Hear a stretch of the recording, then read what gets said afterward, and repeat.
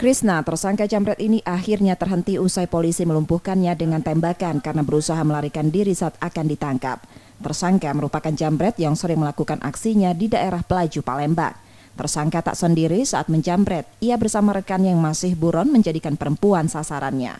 Terakhir, kejahatan tersangka dilakukan pekan lalu dengan membawa kabur uang dan telepon genggam. TKP-nya ada di daerah Banten, Muhammadiyah. Korbannya adalah wanita. Jadi yang dijambret itu ya duit 3 juta, HP Oppo, ya itu. Lah berapa kali nyamper ini? Jadi setelah diinterogasi 2 kali jambret. Kini polisi masih mengembangkan kasusnya untuk menangkap satu rekan tersangka dan penadah barang kejahatan tersangka. Tersangka kini ditahan di tahanan Polda Sumsel dan terancam hukuman di atas 5 tahun penjara.